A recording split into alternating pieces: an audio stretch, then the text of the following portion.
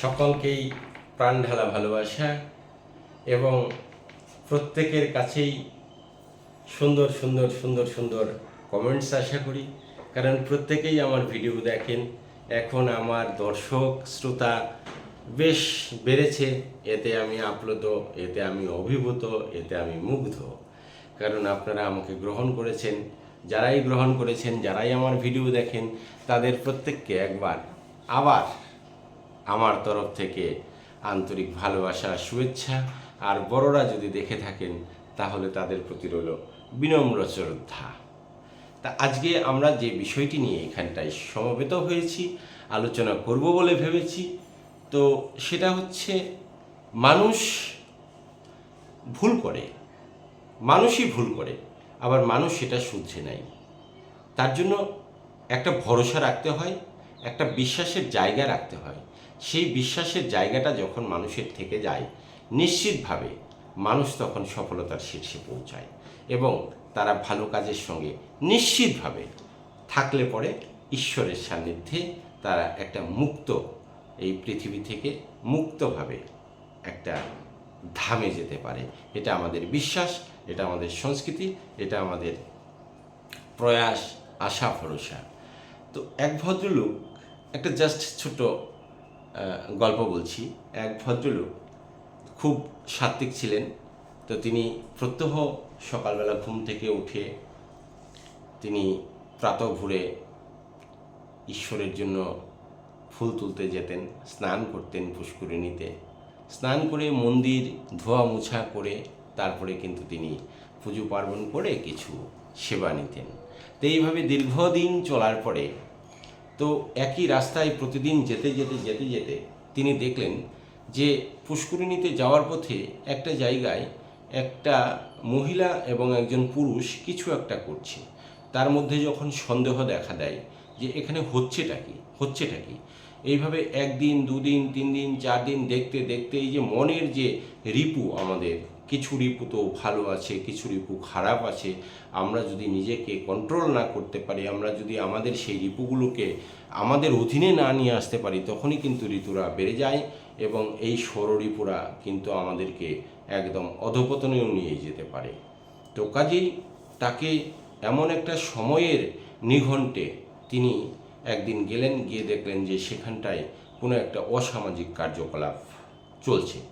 তো একদিন, দুদিন সেটা দেখার পরে তার মধ্যে কিন্তু একটা ইচ্ছা জাগ্রত হলো, যেটা বাসনা, যেটা লিপ্সা, যেটা একজন সাত্ত্বিক মানুষের পক্ষে করাটা ঠিক নয়, কারণ তারা ঈশ্বরের সাধনায় সবসময় ব্রত থাকেন। কিন্তু তার মধ্যে যেহেতু তার খারাপ যে রিপুগুলো তাকে মানে ওভারকাম করে নিয়েছে, সেই জন্য তিনি কিন্তু একটা খারাপ রাস্তায় চলে গেলেন। যথারীতি খারাপ রাস্তায় চলে যাওয়ার পরে সেই মহিলাকে তিনি বিয়ে করলেন। অর্থাৎ সেই মহিলাটি কিন্তু সমাজের ভালো ছিলেন না আর কি, মানুষের চোখে খারাপ ছিলেন। তো তাকে বিয়ে করার পরে তিনি তো আস্তে আস্তে আস্তে আস্তে পুজো পার্বণ থেকে বেরিয়ে এলেন, ঈশ্বরকে বিশ্বাস থেকে বেরিয়ে এলেন। এইভাবে দিনের পর দিন যখন তিনি ঈশ্বরকে বিশ্বাস করলেন না, তখন কিন্তু তার মধ্যে দেখা দিল খারাপ গুণগুলো, অর্থাৎ রজগুণ, সত্যগুণ, তমগুণ। সেই যে গুণগুলো রয়েছে মানুষের মধ্যে, সেই গুণের মধ্যে সবচেয়ে যে খারাপ গুণ, সেটা কিন্তু তার প্রকটভাবে বৃদ্ধি পেল। এবং সেই গুণ যখন মানুষের মধ্যে প্রকটভাবে বৃদ্ধি পায়, মানুষ কিন্তু তখন অলরেডি তখন তারা অধঃপতনের দিকে চলে যায়। সেটা সামাজিক অধঃপতন হতে পারে, পারিবারিক অধঃপতন হতে পারে, মানসিক অধঃপতন হতে পারে। অধঃপতনে মানুষ যাবে, অর্থাৎ মানুষ কিন্তু ধ্বংসের একটা পথ তখন খুঁজে পায়। তো সেই ধ্বংসের পথে কিন্তু যাওয়া শুরু করলো ভদ্রলোক। ধীরে ধীরে ধীরে ধীরে তিনি দেখলেন তার সংসার চালানো কষ্ট। এইভাবে কষ্ট হতে হতে হতে হতে এইদিকে সন্তানাদি জন্ম নিল। সন্তান যখন অষ্টম সন্তান হয়ে গেল অলরেডি, তখন তার সংসারে কিন্তু আয় রোজগার ভীষণভাবে কমে গেল। তিনি তখন চুরি করা শুরু করলেন, অন্যায় করা শুরু করলেন। সমাজের অসামাজিক যে ক্রিয়াকলাপ, যে সাধু সাত্ত্বিক মানুষ, তিনি অসামাজিক ক্রিয়াকলাপের সঙ্গে যুক্ত হয়ে গেলেন। এ এক খারাপ আমাদের জন্য। আমরা যারা সাধুদের দিকে তাকিয়ে থাকি, সন্তদের দিকে তাকিয়ে থাকি, তারাই আমাদের বলেন যে যথা ধর্ম তথা জয়। তো সেখানে ধর্ম যখন অধপতনে যায়, অধর্ম যখন বৃদ্ধি পায়, তখন তো ধর্ম সংস্থাপনের জন্য যুগে যুগে ভগবান শ্রীকৃষ্ণ নানা রূপে এসেছেন এই পৃথিবীতে। তো সাধুদের রক্ষা করবার জন্য আর দুষ্কৃতীদের দমন করবার জন্য প্রত্যেক সময় প্রত্যেক মুহূর্তে এটা হয়ে এসছে এবং হবেও, এটা চিরন্তন সত্য বা আনি। তো সেহেতু তিনি নবম সন্তান যখন পৃথিবীতে এলো, ভূমিষ্ঠ হলো, নবম সন্তানের নাম রাখলেন নারায়ণ। তিনি নারায়ণকে খুবই ভালোবাসতেন। স্নানে, ধ্যানে, জ্ঞানে, খাওয়ায়, সমস্ত সময় তিনি কিন্তু তার শেষ সন্তান অর্থাৎ নবম পুত্র, ছোট সন্তান, তাকে কিছু না খাইয়ে তিনি কিন্তু খাবার খেতেন না। এবং চোখের আড়াল হলে তিনি কিন্তু সর্বদা তার খোঁজ করতে থাকতেন, নারায়ণ কোথায় গেল, নারায়ণ খেয়েছে কিনা, নারায়ণ ব্যথা পেল কিনা, নারায়ণ কোথায় আছে। এই যে নারায়ণ কথাটা এবং মন থেকে ডাকা ভালোবাসা, নারায়ণ নারায়ণ, তার সন্তানের নাম নারায়ণ, কিন্তু এত নারায়ণকে উচ্চারণ করেছে, এত নারায়ণকে ডেকেছে যে স্বয়ং বৈকুণ্ঠের নারায়ণ সেই ডাকে কিন্তু মুগ্ধ হয়ে গেছে। আর সেই ডাকের মধ্যে ছিল প্রাণপ্রাণ ভক্তি এবং তার ডাকের মধ্যে ছিল সুন্দর একটা প্রাঞ্জল এবং স্বতঃস্ফূর্ত শ্রদ্ধা।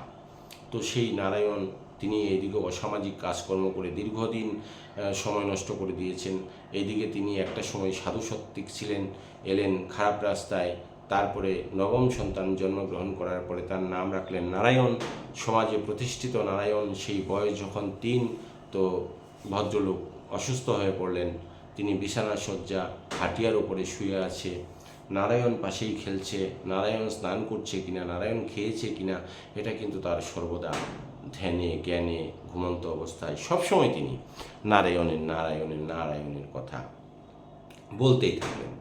এবং একটা সময় যখন তিনি তন্দ্রাচ্ছন্ন অবস্থায়, তখন দেখলেন যে তার শেষ বিচার শুরু হয়ে যাচ্ছে, অর্থাৎ জাগতিক জগতে তার সময় শেষ, তাকে যেতে হবে এই পরলৌকিক এক জগতের মধ্যে, অর্থাৎ সেটা আমাদের প্রত্যেক মানুষের অজান্ত এক জায়গা, যেখানে আমরা নিজেরা কিছুই জানি না সেটা কোথায়, সেটা কীরকম দেখতে, সেখানে অন্ধকার না আলোকিত, সেখানে সুন্দর না বিশ্রী, সেখানে গাছগাছরা আছে কি নেই, আমরা কিন্তু জানি না, কারণ সেখান থেকে কেউ ফিরে এসে আমাদেরকে বলেনি।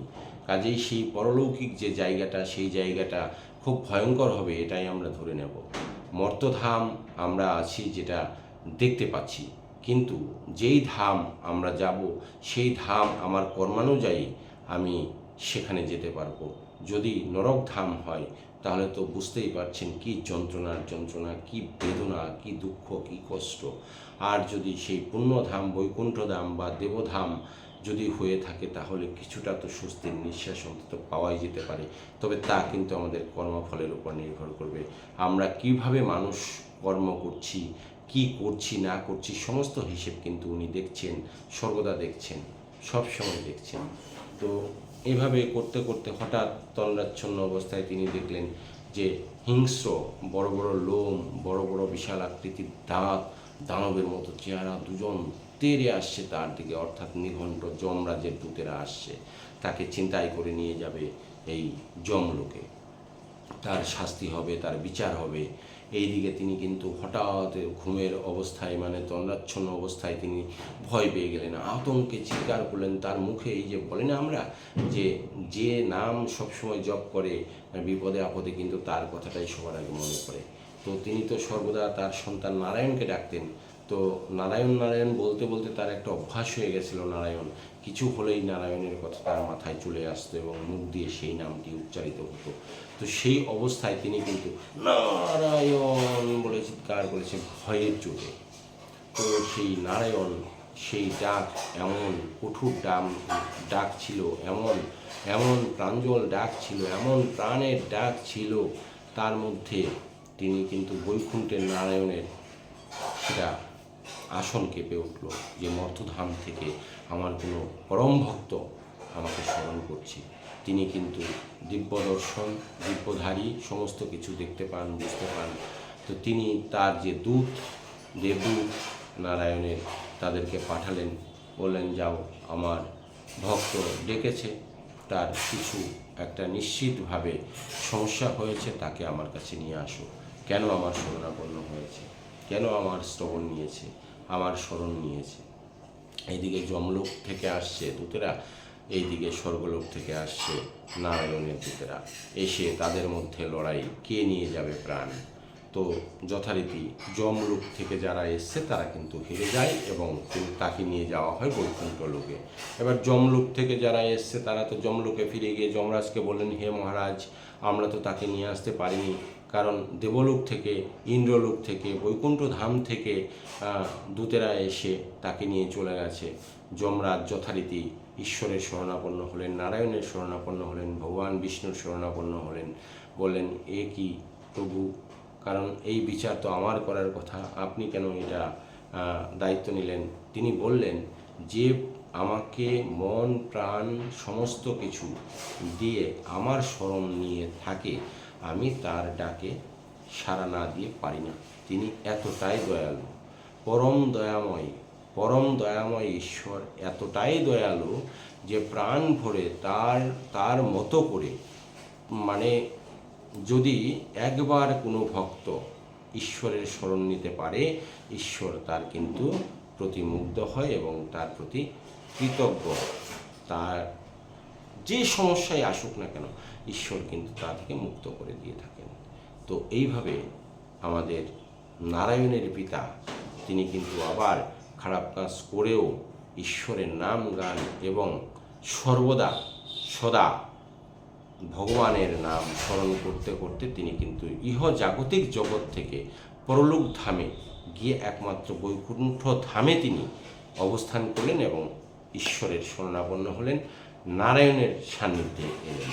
কাজেই আমরা যারা আছি, আমরা যদি সততার সাথে এই পৃথিবীতে চলতে পারি, আমরা যদি সততার সাথে এই পৃথিবীতে কাজকর্ম করতে পারি, সত্য সবসময় যদি আমাদেরকে সবসময় সত্যের সাথে এগিয়ে যেতে পারি, আমরা যদি ঈশ্বরের নাম গান করতে পারি, ভালো মানুষের সান্নিধ্যে আসতে পারি, নিশ্চিতভাবে আমাদের প্রত্যেকের স্থান হবে সেই স্বর্গলোক, সেই বৈকুণ্ঠ লোক, সেই দেবলোক, সেই ইন্দ্রলোক।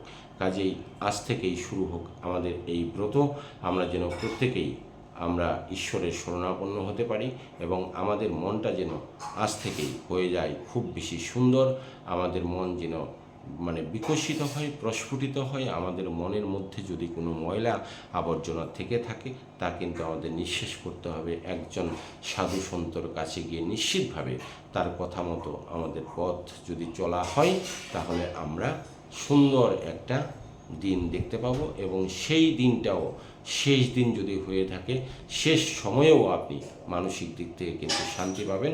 আপনার যে পরবর্তী প্রজন্ম যাদের রেখে গেলেন, তারাও কিন্তু শান্তিতে এই পৃথিবীতে বেঁচে যেতে পারবে। সবাই ভালো থাকবেন, সুস্থ থাকবেন। হরে কৃষ্ণ, জয় রাধে।